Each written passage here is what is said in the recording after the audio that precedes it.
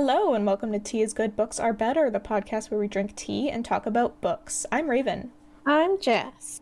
Oh my god, that went perfectly. Wow! I was waiting for you to tell me to do it again. No, babe. New year, new us.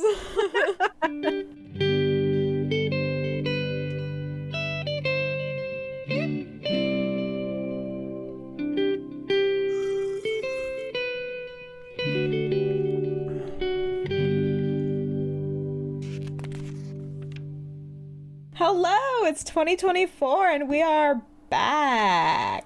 We're still here. Yeah, we still exist in your ear holes. Oh, yeah. Very nice. Yeah, so we took a little break for Christmas and New Year's, but we are fucking back, bitch. And with a new book, we're starting season 7. Yep. Can you believe we've had 6 seasons so far of TIGBAB? Honestly, no. Yeah, it's like, I don't know. We've been doing this for a long time. Yeah, that actually thinks we've been doing this for 5 years, 6 years. I think that's 6 years this year. That's long. That's over half a decade. What the fuck? Well, anyway, that's gonna make me time flies, I guess. Yeah, feel really old, so maybe maybe we move on for now. What are we drinking today before we launch into the new book, which you've already seen in the title of this episode? I'm drinking cream of vanilla Earl Grey. Oh my god. That sounds delicious. Oh yeah. I went all out. What do you have in it? It's honey and milk. Mm-hmm. That's like good shit. Mm-hmm. Guess what I have? Do you have tea? I have tea. Wow! I have the About dang time. decaf vanilla nut creme with oat milk and honey. That sounds good. It is good. I did put a little too much honey in it, so it's a little too sweet, but Alright. still good. You'd think I would know how to make a cup of tea at this point. I mean, you went a few weeks without. No, well, Maybe you forgot. I do drink tea every day. Alright, shall we dive into it? Aha! Our new novel for season 7 is... What is it? You can read it in the title of the episode. Shadows. Yes, so just said it is Shadow Scale by Rachel Hartman. And if you recognize that name, that's because this is the sequel to Seraphina, which we've already read on this podcast. Yeah. Yes, we did. We decided to take a short break from the Song of Ice and Fire series, just because we only have one book left. Yeah, and that's probably it. That's probably the end. Yeah, and we might not get Winds of Winter, so... Ever. So we just, I don't know. I don't want it to end yet, so... Yeah, I get that. We're postponing it a little bit. Mm-hmm. But yeah, so this felt kind of appropriate to cover the sequel to Seraphina, since we've already read Seraphina. So, Shadow Scale, shall we start with a recap of Seraphina? Okay. So in the kingdom of Goredd, teenager Seraphina is a half-dragon court musician, and because these half-dragon hybrids are considered abominations, she has to hide her scales and her psychic connection to other hybrids. She also has access to her mother's memories, who was the dragon parent. Yes, and her mother is deceased. Dea, I think. Okay. Her uncle Orma, her mother's brother, a dragon scholar, has been involved in her life since infancy, I believe. The crown prince of Goredd, Rufus, is found decapitated in a way that suggests that he was murdered by dragons. He was murdered the day before the 40th anniversary of the signing of a treaty that ended the war between humans and dragons.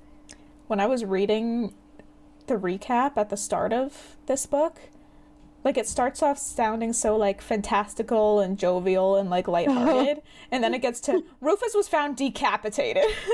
Yeah. And I'm like, whoa! Right? Dances to violence. Mm-hmm. Go on. Dragons can take human form, but they find human emotions baffling, which only leads to the continuing distrust and hatred between them and humans. Seraphina has a mental garden where she has access to communicate with 17 other hybrids. So Seraphina teams up with Prince Lucian Kiggs, the bastard son of Queen Lavonda, and fiancé to Princess Glisselda, who she gives private music lessons to in order to solve Rufus's murder. There's so much information in like one short sentence. Yeah, damn. Seraphina begins to suspect her dragon grandfather, Imlan, for murdering Rufus, and she thinks that he's in disguise as the human Joseph. But it turns out Imlan is in disguise as Lady Kurungi, or Kurungai. Whoa! A whammon? A whammon? Who was I think she was one of the royal ladies in waiting. Yeah, I think so. Mm. She was always like following around either Glisselda or Queen Lavonda or someone. Yeah, one of them. Yeah. And Imlan kidnaps Princess Glisselda. Seraphina, together with the other hybrids, rescue the princess while her uncle and other dragons take down and kill Imlan. Seraphina later admits to Lucian and Glisselda that she's half dragon, and while Glisselda accepts her, Lucian has a harder time. In private, Seraphina admits her feelings for Lucian, and he admits the same, but they must wait to pursue anything further, as a war is about to begin. That was basically the last book. Wow, what a great recap. Thanks. Good job. Thank you. I remember being genuinely surprised when Imlan was in disguise as Lady Kurungi. When you first read the book? Yeah. Yeah, same. I was expecting Joseph. Yeah, he was sus as fuck. He was. I didn't like him. Turns out he was just an unlikable person. Yeah, he was just a shitty dude. Major creep. Yeah. Okay, well, I guess we're ready to jump in. To the prologue? Hell yeah. Oh. Prologue. Yes. Here we go. Seraphina snaps back into herself. She is deep in the library of St. Ida's Music Conservatory, books piled around her, her uncle Orma standing over her. She is 11, so clearly this is a flashback. Oh.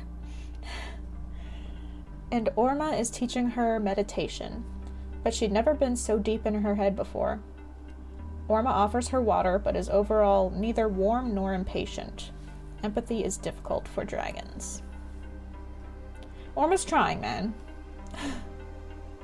Seraphina tells him that the meditation worked.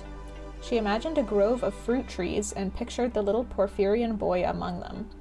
She was able to induce a true vision of him, but when she touched him, she saw him in porphyry. Porphyry? How do you think that's said? In what? It's like a country north of Goredd. Porphyry. Oh, yeah, that's in chapter 1. Yeah. Porphyry. Yeah, I was gonna ask you how to pronounce that. Shit.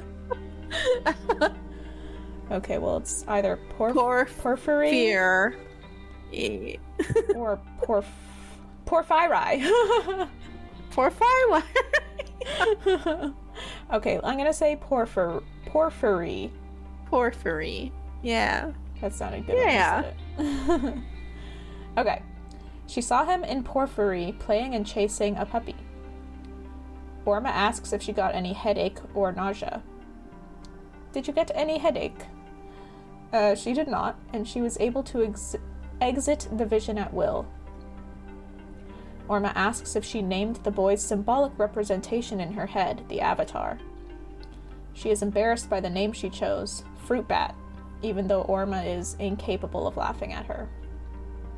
Seraphina admits too that she didn't name the rest yet. Orma then asks how she got her black eye, but he knows perfectly well that she was overtaken by a vision during yesterday's music lesson, fallen out of her chair and slammed her face against the corner of his desk. He had told her at least she didn't smash her ood.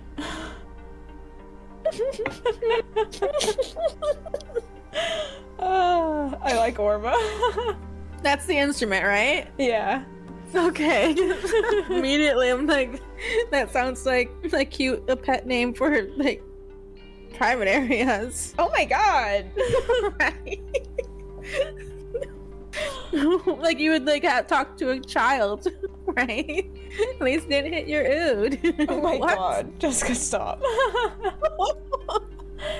What is an oud? It's a guitar. Yeah, kind of. It's a Middle Eastern short-neck lute-type, pear-shaped, fretless stringed instrument. Usually with 11 strings. Damn. Ooh. Okay. It's a bit. Cool. Orma tells her it's only a matter of time before a vision fells her in the street and she is run over by a carriage. His point is that they have no time to waste. Seraphina tells him she doesn't like inviting them all into her head at once.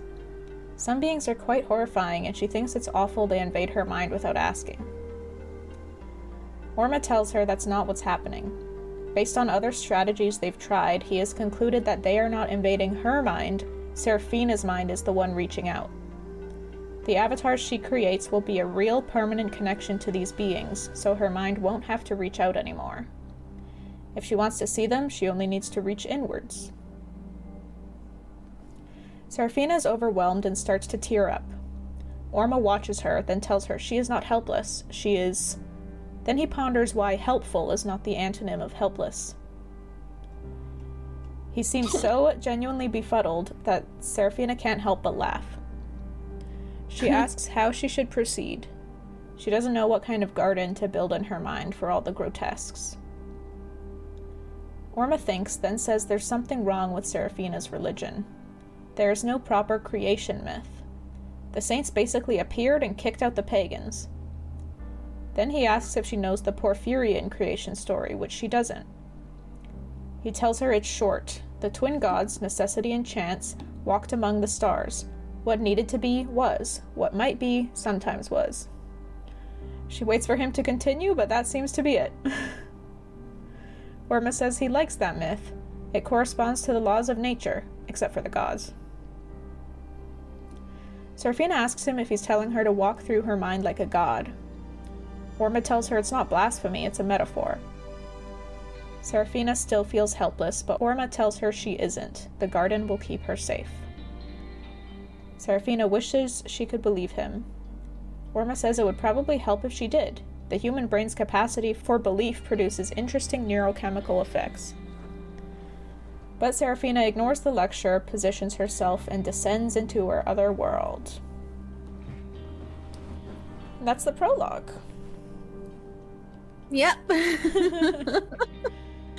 We had a lot of her learning about her friends in her mind garden in the last book. Mm-hmm.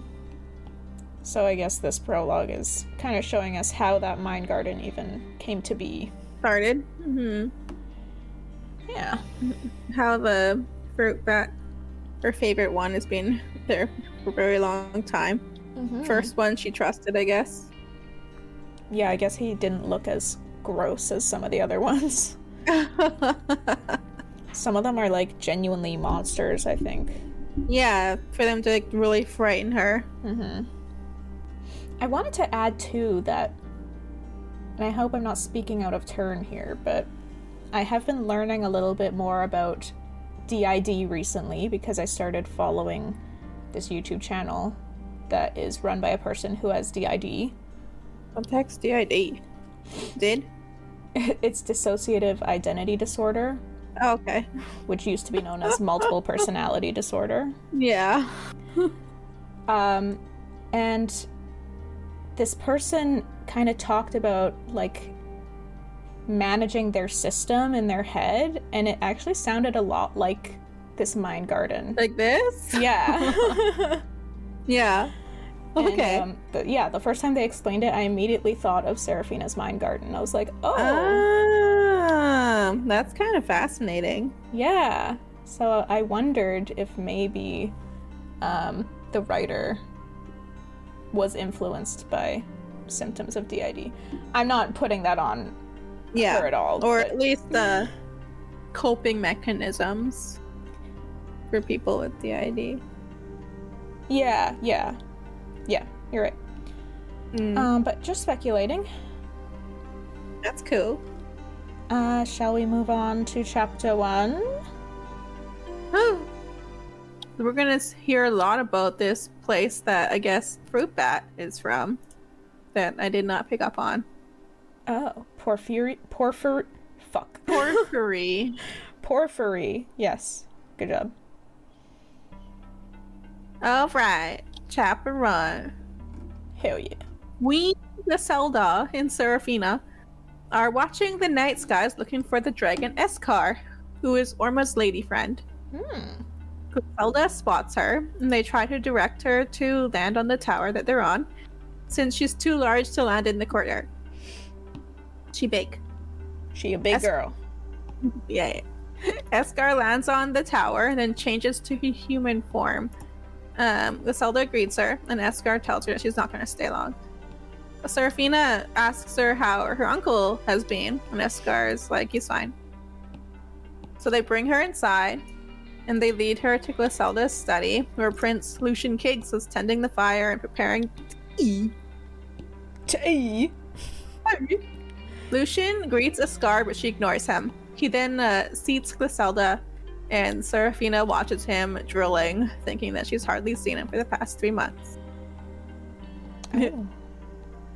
Seraphina sits with them, as she has been acting as an unofficial translator during Glisselda's meetings with the dragons, helping them communicate, because apparently, like, their cultures and customs are really offensive to each other. So maybe more like an interpreter? Perhaps. Because they're speaking the same language. Yeah. Just like having the turn every few seconds, like, that wasn't meant as an offense. Yeah. Real quick, are you going to cover what happened with Orma? Nah, because I didn't. Okay, so just for some context, Orma is on the run. Yeah. At this point, because... Fuck, I don't remember why. I fucking read it too. No, I did too. God damn it. Why are we like this? I know. I feel like he was injured a little bit because he fought Imlan. But he's done some healing, and I feel like he's in danger from Imlan's followers. For killing him? Oh, maybe that's why. But also Eskar killed Imlan. So I guess they're both in hiding or something. Are dragons called Ards in this? I do think that is right. See something about him needing a safe haven. I think that he was probably declared a criminal along with the rest of Goredd. Because he kept Seraphina secret. Maybe that's considered offensive.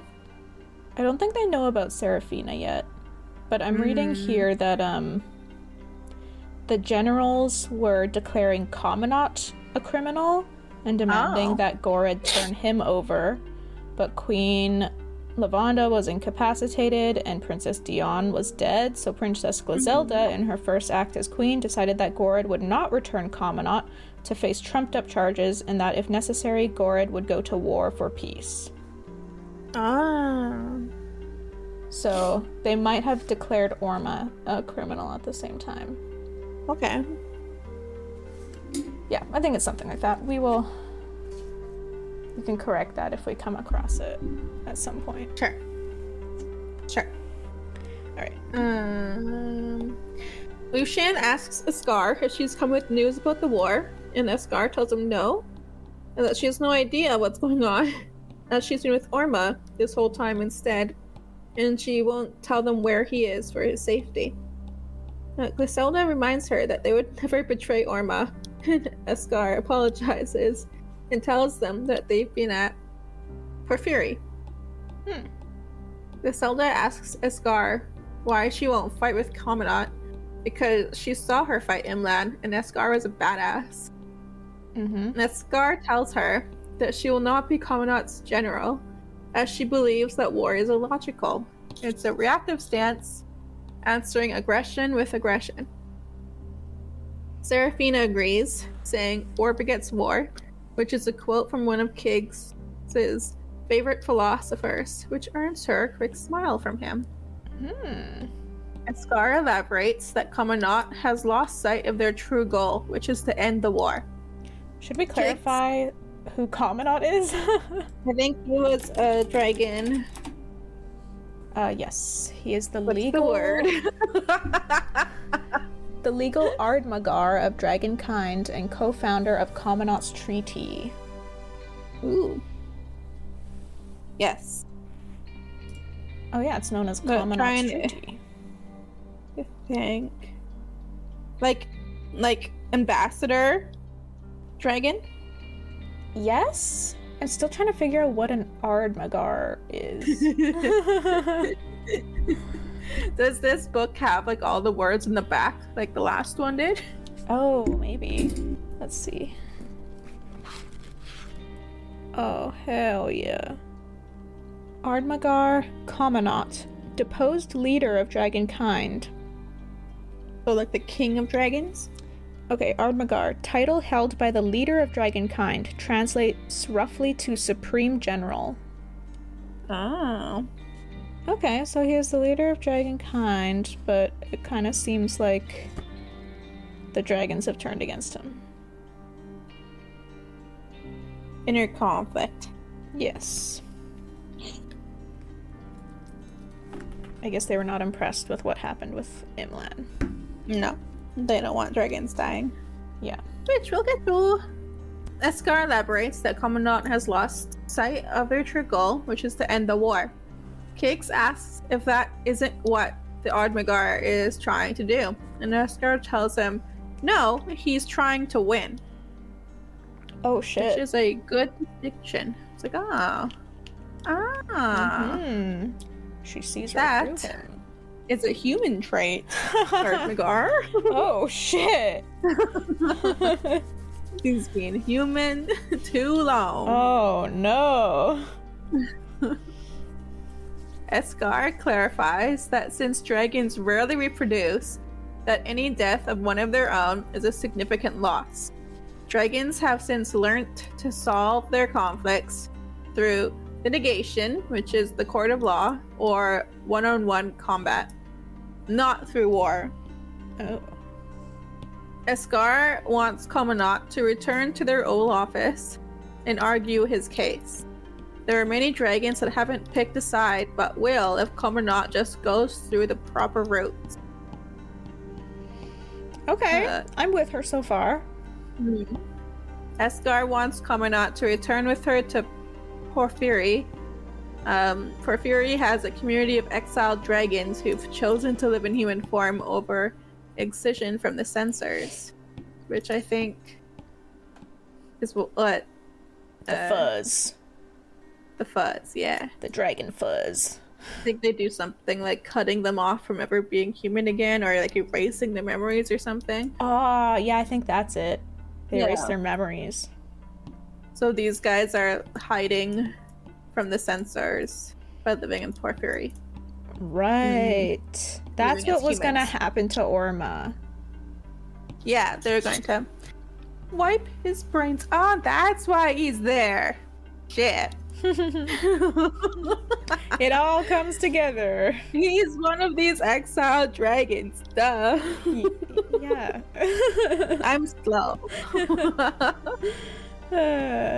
Only sometimes. Most of the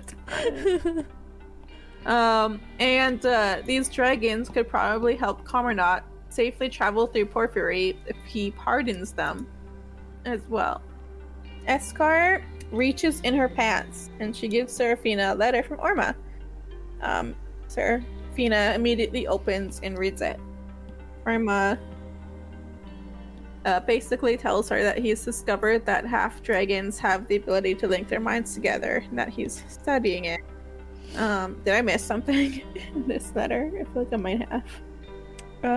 I feel like what he discovered was a little bit more complex than that. I dumbed it down real good. You might have dumbed it down a little too much because we already know they can link minds because of Seraphina. Oh, shit. Now let me Let's see. find the page. Oh, here we go.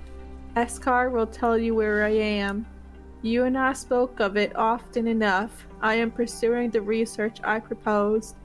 You will remember, I've been unexpectedly lucky, but I cannot put my findings here.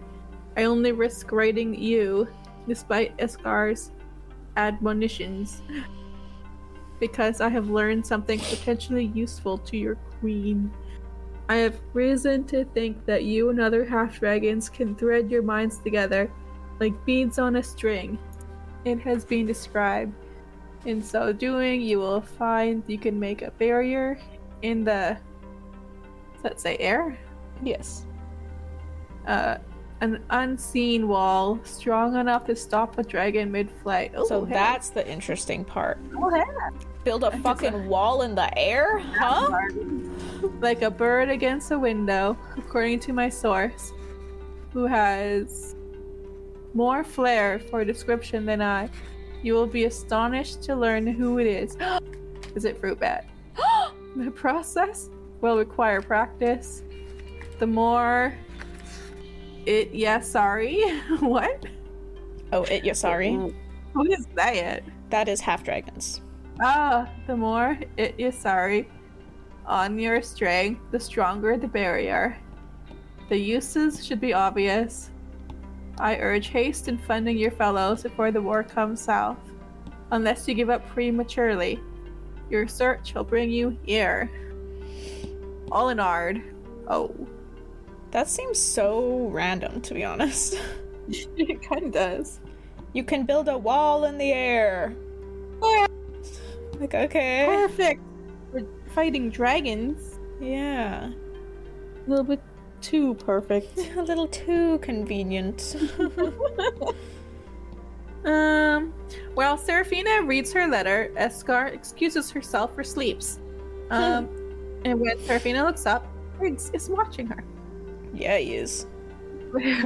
Glisselda wonders what Commandant will think of Eskar's plan. When she notices the tension between Kiggs and Seraphina, she asks what's up. Seraphina gives the letter to Glisselda, and she and Kiggs read it together. Kiggs asks Seraphina what Orma is researching, and she tells him that he's been looking up historical records of half-dragons. Apparently, the Porphyrians have been rumored to be more open to the idea of dragon-human crossbreeding. Seraphina wants to search for the remaining half-dragons. Now. Sounds like someone's going on a mission. Going on an adventure. Glisselda is sad at losing her music teacher, since it's one of the few times she can be herself rather than the queen. But she knows she's gotta be dutiful. So Seraphina leaves shortly after with her letter, excited to find the other half-dragons and build this sky wall, I guess. It's a sky wall. It won't tumble. Oh yeah. Go on. Yeah, that's that. That's it? Yeah, that's my chapter. These are short chapters compared to A Song of Ice and Fire. Yeah. Yeah, I was kind of shocked. I was like, whoa, is this all? And I was like skimming through it. I'm used to reading like so much and just dying. Taking That literally much. hours to summarize. Yeah, days. Days. Ah. Well, we're in it now. I think we can kind of see where this is going.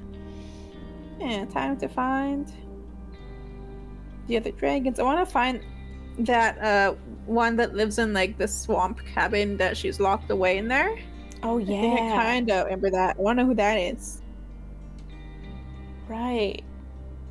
Because when she talked about the scary ones, that's the scary one that I only remember.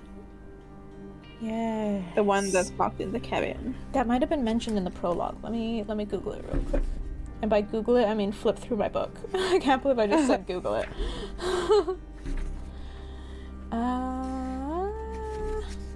Oh, I think in the prologue when she's asking Orma how to proceed with the garden, she says, "That dread swamp slug can loll in mud, I suppose."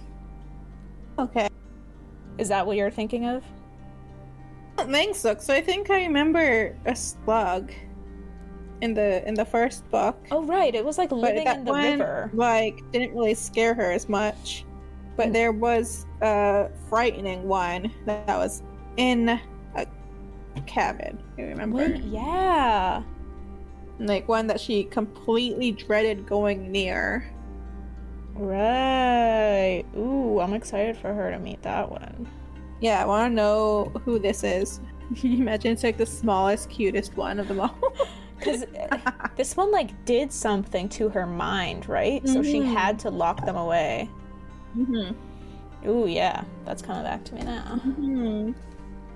It's coming back to me now. It reached back out when she felt Seraphina, when it felt Seraphina. Say that again? I think they reversed it. Like when Seraphina was reaching out, finding other half dragons, this one felt her and then went right into Seraphina's mind. And Right. scared the poo-poo out of her. Yeah, that sounds right. I think that's what happened. She squeaked out a little fart of fear. And then locked her away. Or it. I'm not sure the gender. I feel like it was a girl, if I'm remembering Yeah, for correctly. some reason my brain keeps telling me it's female, but I can't be sure. Yeah, I mean, same. Alright, well, that's exciting. Yeah. We got a sky wall. Hell yeah. Yeah, a really big one apparently. The more half dragons join forces. It does sound like kind of stupidly convenient. It does. But I trust Rachel Hartman to, like, make it interesting. Okay. So we'll see how it goes. Hopefully it works. Yeah, I'm excited to dip our toes into something outside of A Song of Ice and Fire for a little bit. Yeah. Spicing things up a little. Yeah. We need some spice. Well, welcome back and welcome to Season 7, and we hope you enjoy Shadowscale. Thanks for sticking with us. Yeah. A Song of Ice and Fire will be back soon, don't worry. Yep. All right. If you want more of the podcast, you can connect with us on Instagram. You can follow our podcast, TIGBAB Podcast, or choose to follow us individually. My username is Crimby, and Just goes by Just.Egan24. Additionally, find us on Facebook by searching for TIGBAB Podcast or Tea is Good, Books Are Better. Also, don't forget to explore the music of our talented friend, Bahram, on Spotify.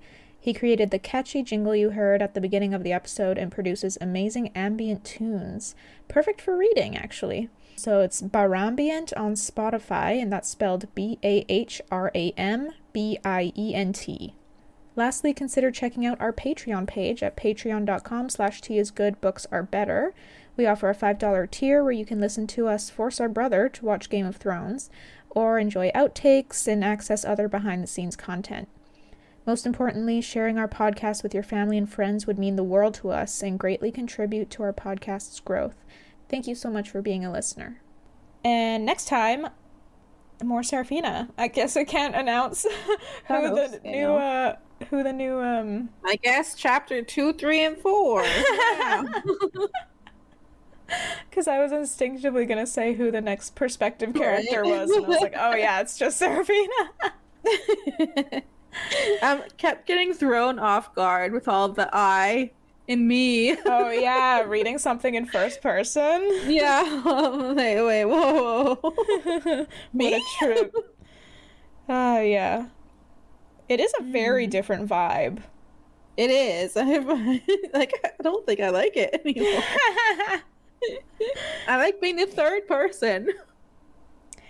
There's so many things that you can do in first person that you can't do in third, and also the other way around. So I feel like third person makes a lot more sense for something like A Song of Ice and Fire, because there's so many different perspective characters that the narrator needs to be sort of omniscient. Yeah. But for something like Seraphina, where like a lot of it is in her mind, that's true. It feels super appropriate to be in first person. Yeah. Yeah, that mind garden thing. Yeah. But it's cool to shake it up a bit. It is different. All right. Thank you guys for listening. We'll see you in the next episode. Ta-ta! Yeah.